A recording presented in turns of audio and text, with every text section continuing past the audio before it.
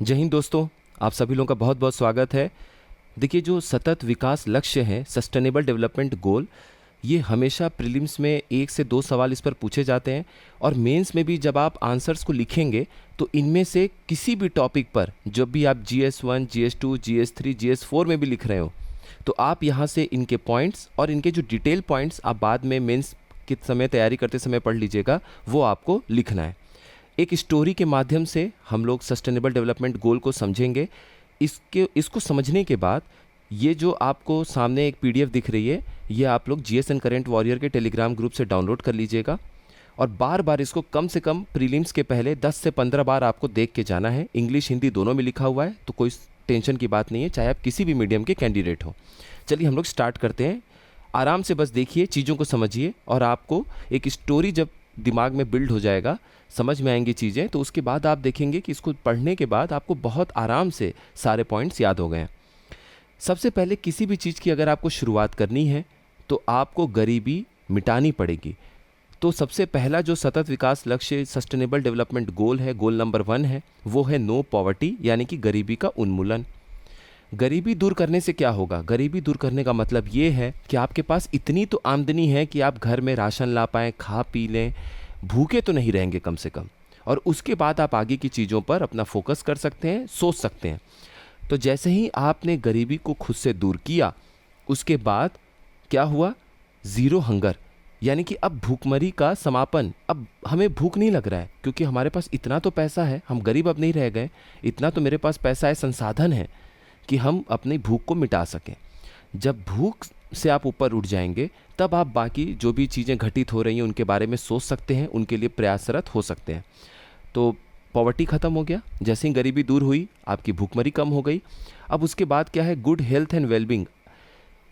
अब क्या होगा कि जैसे ही आपकी भूखमरी आपको भूख लगना, आप मतलब आपकी भूखमरी खत्म हो गई, अब आप भूखे पेट नहीं सो रहे हैं, तो आपका स्वास्थ्य में इम्प्रूवमेंट आएगा, आपका स्वास्थ्य बेहतर होगा। जब आपकी हेल्थ में इम्प्रूवमेंट आएगा, आपका स्वास्थ्य बेहतर होगा, तो गुड हेल्थ एंड वेलबींग, अच्छा स्वास्थ्य और खुशहाली आएगा। इसके बाद क्या होगा? जो भी घर में बच्चे होंगे, जिस भी घर की ये कहानी होगी जहाँ पर गरीबी दूर हो गई, भूखमरी ख़त्म हो गई और उनके स्वास्थ्य अच्छे हो गए, अब वो अपने बच्चों को बोलेंगे कि चलो बच्चों, अब हम आपको पढ़ने के लिए स्कूल भेजते हैं। मान लीजिए ऐसे घरों का एग्जाम्पल हम लोग देख लें जहाँ पर लड़के और लड़की कम से कम 2 बच्चे हैं। तो अब वो क्या होगा? वो बच्चे अब स्कूल जाना शुरू करेंगे। जब स्कूल जाएंगे तो गुणवत्तापूर्ण शिक्षा पर अब हम ध्यान दे सकते हैं, वो भी ध्यान दे सकते हैं कि उनके बच्चे अच्छी शिक्षा प्राप्त करें। जैसे जैसे उनकी आमदनी बढ़ेगी, बच्चे भी और अच्छे स्कूल में पढ़ाई करेंगे और साथ ही साथ सरकार भी इस बात पे फोकस कर पाएगी कि स्कूलों को और कैसे बेहतर किया जाए ताकि बच्चे और अच्छी शिक्षा प्राप्त कर सकें। अब बच्चे वहाँ पे पढ़ाई कर रहे हैं तो उस स्कूल में आप ऐसे मान के चलिए, सोचिए कि लड़के और लड़कियाँ दोनों अच्छे तरीके से शिक्षा प्राप्त कर रहे हैं। जब दोनों को एजुकेशन, क्वालिटी एजुकेशन मिलेगा तो कहीं ना कहीं ये जेंडर इक्वालिटी, लैंगिक समानता को बढ़ावा मिलेगा। लैंगिक समानता को इस तरह से भी आप ऐसे सोचिए कि वहाँ पर जब बच्चे पढ़ेंगे तो सेपरेट टॉयलेट्स भी बनेंगे, तो भी वहाँ पर उनके अलग अलग खाने, मतलब टॉयलेट्स का इंतज़ाम हो गया, पढ़ने का इंतज़ाम हो गया, तो एक लैंगिक समानता देखने को मिलेगा कि चलो ठीक है, अब लड़के और लड़की समाज में दोनों अच्छी शिक्षा प्राप्त कर रहे हैं।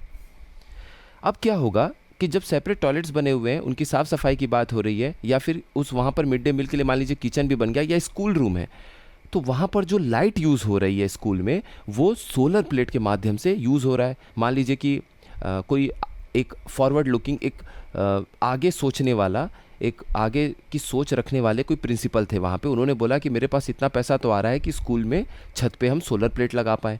उससे जो लाइट आ रही है, रोशनी आ रही है, तो वहाँ पर क्या हो रहा है? एक तो पीने का पानी आप अच्छा मुहैया करा रहे हैं, स्कूलों में पीने का पानी आप अच्छा मुहैया करा रहे हैं, और साथ ही साथ आप वहाँ पर जो बल्ब यूज़ हो रहे हैं हर जगह स्कूलों में, वो भी आप किससे रोशनी जला रहे हैं? सोलर प्लेट से। तो कहीं ना कहीं वो आपको क्या देखने को मिलेगा? देखिए, यहाँ क्लीन वाटर एंड सैनिटेशन पे तो हम बात कर लिए, पीने का पानी मुहैया करा रहे हैं, सेपरेट टॉयलेट्स हैं उनको मेंटेन कर रहे हैं, तो ये हो गया स्वच्छ जल और स्वच्छता। उसके बाद वहाँ पर जो लाइट यूज़ हो रहा है स्कूलों में और बाकी पूरे स्कूल के प्रांगण में हर जगह, वो सोलर प्लेट से यूज़ हो रहा है। तो ये किफ़ायती और स्वच्छ ऊर्जा की हम लोग बात कर रहे हैं। सोसाइटी में भी इन चीज़ों को देख के डिस्कशन होगा, चाहे गांव साइड हो चाहे कहीं पर भी हो। सोचिए ऐसे डिस्कशन होगा कि अच्छा ये सोलर प्लेट लग गया, हम भी लगा सकते हैं। सस्ते दाम में अगर सरकार सोलर प्लेट देखेगी कि लोग लेना चाह रहे हैं उसको, और सब्सिडी में अगर सरकार देगी तो सब्सिडी में मिलने की वजह से वो और किफ़ायती हो जाएगा लोगों को। और स्वच्छ ऊर्जा होगा। स्वच्छ ऊर्जा ये होगा कि हम जितना ज़्यादा कोयले की निर्भरता से दूर जाएंगे उतना कम प्रदूषण उत्पन्न होगा। जब प्रदूषण कम उत्पन्न होगा तो स्वच्छ ऊर्जा, क्लीन एनर्जी की तरफ हम जा रहे हैं। अब क्या होगा कि मान लीजिए कभी सोलर प्लेट ख़राब हो गया उस स्कूल का, तो उसको बनाने के लिए भी आपको सूर्य मित्र जैसे सरकार ने योजना लाई थी, कुछ सूर्य मित्र की ज़रूरत पड़ेगी या कुछ ऐसे टेक्नीशियन की ज़रूरत पड़ेगी जो उस टेक्नोलॉजी को थोड़ा जानते हो कि कैसे हमें सोलर प्लेट को बेहतर बनाना है। या मान लीजिए उस स्कूल में मिड डे मील के तहत भी सोलर कुकर लगाया गया है, तो उसको भी मेंटेन करना हो, उसमें कोई खामियों को दूर करना हो, तो आपको थोड़ा सा टेक्निकल नॉलेज रखने वाले लोगों को बुलाना पड़ेगा। तो उसके चलते उनको अब जो काम मिल रहा है वो उनके लिए गरिमापूर्ण कार्य है। वो कम से कम अब ऐसे काम को कर रहे हैं जिससे वो सोसाइटी में एक प्राउड फील कर पा रहे हैं, अच्छा फील कर पा रहे हैं। वो उन लोगों की बात हो रही है जो कि बनाने आएंगे सोलर प्लेट को। तो डिसेंट वर्क उनको मिला, और आप सोलर प्लेट बना रहे हैं, आप ऐसे लोगों को रख रहे हैं जिनकी आमदनी हो रही है टेक्नीशियन का ये सब काम करके, तो वो खर्चा भी तो करेंगे आपके इकोनॉमी में, अर्थव्यवस्था में। तो इससे आर्थिक विकास होगा, यानी कहीं ना कहीं आर्थिक समृद्धि, इकोनॉमिक ग्रोथ देखने को मिलेगा हमारी अर्थव्यवस्था का। अब आपको सोलर प्लेट बड़े पैमाने पे सप्लाई करना है तो उसके लिए आपको नवाचार करना पड़ेगा, इनोवेशन करना पड़ेगा कि कैसे हम उसको घरों में भी लगा सकें, पार्क में भी लगा सकें। फिर आप सोचेंगे कि अरे ट्रेन गुजर रही है उसका भी इस्तेमाल कर सकें, रोड से गाड़ियाँ जा रही हैं क्या रोड के नीचे भी कहीं लगा सकते हैं। तो ये सोच जब विकसित होगी तो नवाचार, इनोवेशन को बढ़ावा मिलेगा। इंडस्ट्रीज़ खड़ी होंगी, उनको लगेगा कि लोग आज ऐसे घरों की भी मांग कर रहे हैं जहाँ पे सोलर प्लेट लगाओ, तो उससे इंडस्ट्री भी बढ़ेगी। इंडस्ट्री और जो पहले से इंडस्ट्रियल यूनिट है वो कहेंगे चलो ठीक है कुछ और निवेश कर देते हैं, और इंडस्ट्री और विनिर्माण यानी कि मैन्युफैक्चरिंग शुरू कर देते हैं, क्योंकि इसकी मांग हो रही है लोगों के बीच में। और इंफ्रास्ट्रक्चर भी बेहतर होगा। क्यों? क्योंकि जो लोग रह रहे होंगे उनके लिए बेहतर सड़क की मांग होगी। वो इंडस्ट्री जहाँ जहाँ बिछेगा वहाँ वहाँ आप देखेंगे कि अच्छे शहर बनने शुरू हो जाते हैं, कॉलोनी प्रॉपर होगी, जो लोग वहाँ काम करेंगे। तो इंफ्रास्ट्रक्चर जो है अवसंरचना वो बेहतर होगा। और सप्लाई इंडस्ट्री से लेके हर जगह होने के लिए रोड बन जाएगा। सरकार रोड भी बनाएगी कि चलिए आप इंडस्ट्री बना रहे हैं, वहाँ से जब आपका प्रोडक्ट बाहर निकलेगा लोगों तक जाने के लिए, दुकानों तक जाने के लिए, डीलर, सप्लायर, इन लोगों के पास तो रोड अच्छा होना चाहिए। वरना पता चला बारिश के मौसम में 2 महीने तक सप्लाई ही नहीं हो पा रहा है। तो आप कहीं ना कहीं देखेंगे सरकार पुल बनाएगी, सरकार रोड बनाएगी, तो अवसंरचना, इंफ्रास्ट्रक्चर इंप्रूव होगा। इससे फ़ायदा क्या होगा? इससे फ़ायदा ये होगा कि जब आप इंफ्रास्ट्रक्चर बेहतर बनाएंगे, मान लीजिए रोड बना दिया आपने, रोड बनाया था सिर्फ इसलिए, ये मतलब मेनली जो आपकी सोच थी वो ये थी कि रोड बनाओ ताकि इंडस्ट्री का सामान निकल के अच्छे तरीके से उसके जहाँ उसकी मांग है, जहाँ उसको आपूर्ति करना है वहाँ पहुँच जाए, जहाँ सप्लाई करना है। लेकिन उसके बीच में जो छोटे मोटे शहर थे, लोगों के गांव थे, वो भी देखेंगे अरे हम भी तो सड़क से जुड़ गए हैं, तो क्यों ना अब हम भी कुछ काम करना शुरू कर दें। शहर में जाके कुछ सब्जी ला के गाँव में बेच दें, या फिर किसी को लगे चलो दुकान खोल देंगे तो हमें मिठाई का दुकान, कोई भी चीज़, या न्यूज़पेपर भी बेचने का काम शुरू कर सकते हैं। तो एक तरीके से आप देखेंगे इससे लोगों की आमदनी बढ़ेगी। जब आमदनी बढ़ेगी, कुछ क्षेत्रों का विकास होगा, तो इनइक्वालिटी में कमी आएगी, असमानताओं में कमी आएगी। पहले जो आपको ऐसा दिखता होगा कि शहर के बाद सब लोग बड़े नॉर्मल तरीके से जीवन जी रहे हैं, 50 साल पहले जैसा जीवन जी रहे हैं, अब वहाँ पर आपको लगेगा कि ये भी कहीं ना कहीं शहरों से जुड़ गए हैं। जैसे ही शहरों से जुड़ गए हैं तो शहरों में क्या चल रहा है उनको पता है, उनकी आमदनी बढ़ रही है, तो वो अपने यहाँ भी डिमांड करेंगे कि हम जब पैसा कमा रहे हैं तो हमें रोड अच्छा मिले, जागरूकता बढ़ेगी, तो इनइक्वालिटी कम होगी, क्योंकि उनका भी विकास आपको गांव साइड में छोटे छोटे शहरों का विकास होते हुए नजर आएगा। इससे क्या होगा कि शहर जो डेवलप हो रहे थे, अभी तक पूरा गांव उठ के जो शहर की तरफ जा रहा था, वहाँ उनकी कमाई थी नहीं, तो जैसे तैसे वो शहरों में रह रहे थे, स्लम एरिया में, बिल्कुल प्रॉपर घर नहीं है, कच्चा मकान में, और जैसे तैसे नाले किनारे रह रहे थे। अब शहर का विकास भी प्रॉपर तरीके से होगा, जो लोग रह रहे होंगे वो भी बेहतर तरीके से रह रहे होंगे। तो सस्टेनेबल सिटीज़ एंड कम्युनिटीज़ आपको देखने को मिलेगा, यानी ऐसे शहर देखने को मिलेगा। शहर का विकास आपको लगेगा कि ऐसा नहीं है कि ये 10-20 साल के बाद शहर का विकास रुक जाएगा, क्योंकि यहाँ पे लोग इस तरीके से रह रहे हैं कि यहाँ पे अब शहर का बढ़ोतरी नहीं हो पा रहा है, स्लम देखने को मिल रहा है। अब ऐसा झुग्गी झोपड़ी देखने को नहीं मिलेगा। अब लोग भी गांव से जब आएंगे तो कुछ पैसे लेके ही आएंगे, कुछ अच्छी डिमांड रखेंगे, मांग रखेंगे। और हाँ, वो स्टार्टिंग में हमने देखा क्वालिटी एजुकेशन की बात, तो बच्चे पढ़ पढ़ के अच्छी एजुकेशन प्राप्त करके 10-12 साल के बाद जब वापस आएंगे शहर में, तो वो भी कहेंगे कि हमें कम से कम 25,000 40,000 की नौकरी दो, हम झुग्गी झोपड़ी में नहीं रहेंगे, हमको कम से कम 1 BHK का फ्लैट लेके किराए पर रहेंगे, लेकिन रहेंगे फ्लैट में। इस तरीके से शहर भी विकसित जब होंगे समय के साथ, तो वो बढ़ते चले जाएंगे, क्योंकि आपका मॉडल बहुत बढ़िया है। नहीं तो क्या होता है, अगर एक तरफ झुग्गी झोपड़ी है और एक तरफ बहुत अमीर अमीर और अच्छे तरीके से लोग रह रहे हैं, तो क्राइम भी बढ़ता है।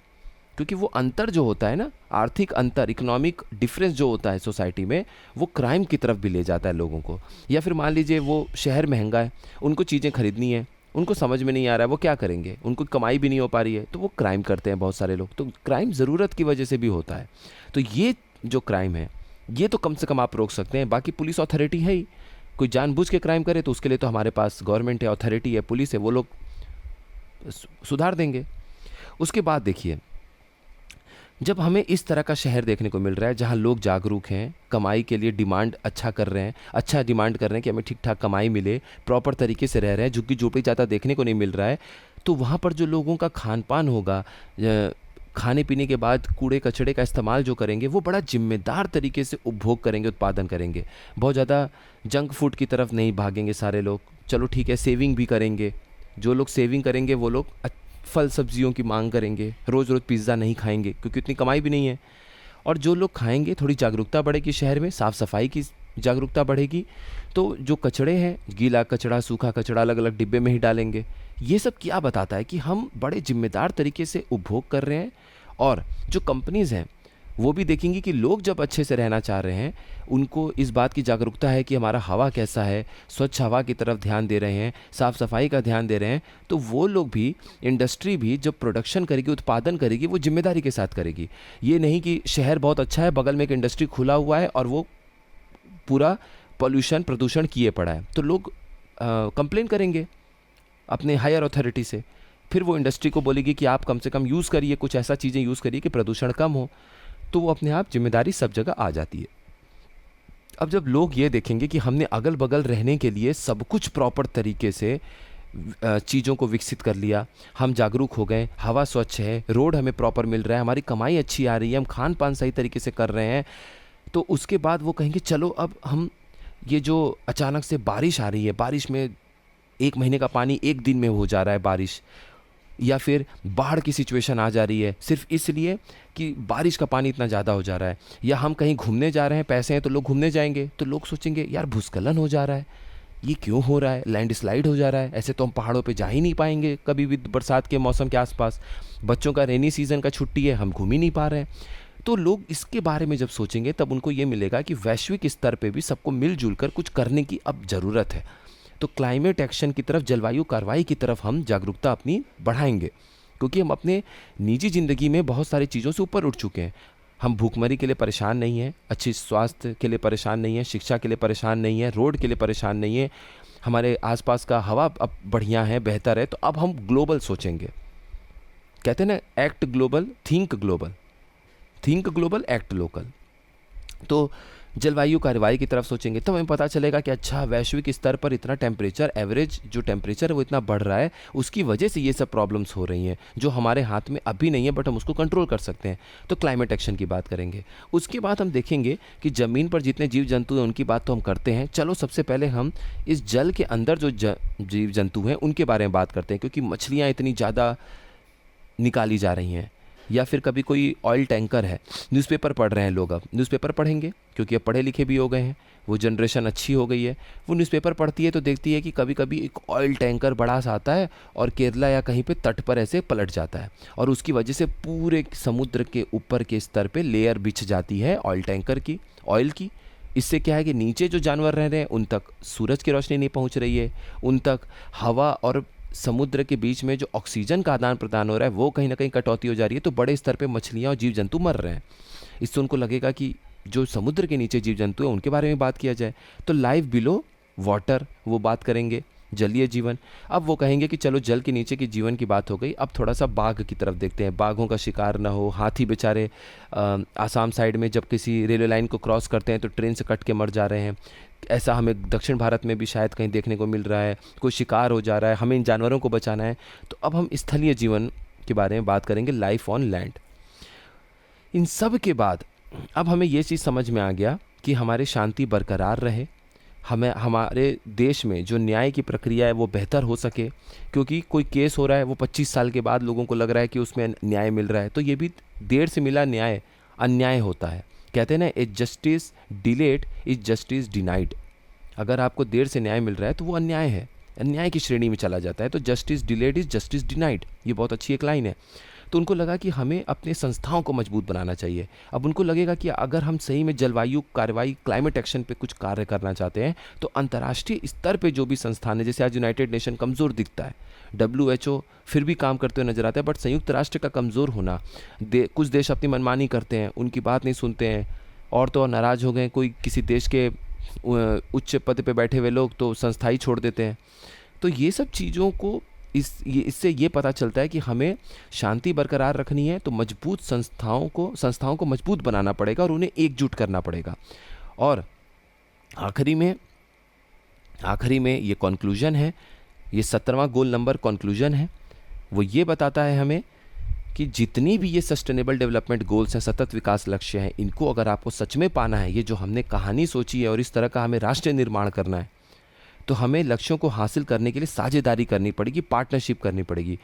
चाहे वो मोहल्ले के स्तर पर हो, कम्युनिटीज़ के बीच में हो, समुदायों के बीच में हो, शहरों के बीच में हो, नगर निगमों के बीच में हो, ग्राम प्रधानों के बीच में हो, राज्यों के बीच में हो, या देशों के बीच में हो, या फिर अंतर्राष्ट्रीय स्तर पर संस्थाओं के बीच में हो। हमें पार्टनरशिप करनी पड़ेगी इन सारे लक्ष्यों को प्राप्त करने के लिए, वरना ये इतने बड़े लक्ष्य हैं कि अकेले अकेले तो कुछ भी नहीं हो पाएगा। तो इसीलिए ये 17वां जो गोल है ये हमें कंक्लूजन बताता है, निष्कर्ष बताता है कि आपको ये 16 के 16 जो सतत विकास लक्ष्य में लिखे गए गोल हैं, लक्ष्य हैं, इनको प्राप्त करना है। तो उसके लिए ज़रूरी है कि आप सभी को अंतिम में आके साझेदारी करना पड़ेगा। तो आपको ये जो आइडिया मिला, इसको आप इंटरव्यू में भी बोल सकते हैं। किस तरह का देश निर्माण आप देखना चाहते हैं, आप कभी ऐसे राइटिंग करेंगे तो इसी तरह की सोच और फ्लो के साथ आपको चढ़ना पड़ेगा, सोचना पड़ेगा। तो ये जो गोल है, ये जो लिखी हुई चीज़ें हैं, इनको आप 10, 12, 15 बार जब भी पढ़ेंगे आप इसी बोर्ड को, ये जो आपके सामने पिक है, फ़ोटो है, इसको बार बार रिवाइज करना है। इससे आप देखेंगे कुछ समय के बाद आप आंख भी बंद करेंगे तो गोल नंबर 9 क्या है, गोल नंबर 8 क्या है, सतत विकास लक्ष्य 10 क्या है, 12 क्या है, 17 क्या है, आप 2 सेकंड 5 सेकंड होते होते आप इसको बता देंगे। तो कुल मिला के यही चीज़ें थी, और मिलते हैं फिर नेक्स्ट इन्फॉर्मेटिव वीडियो में। आप सभी लोगों का बहुत बहुत धन्यवाद।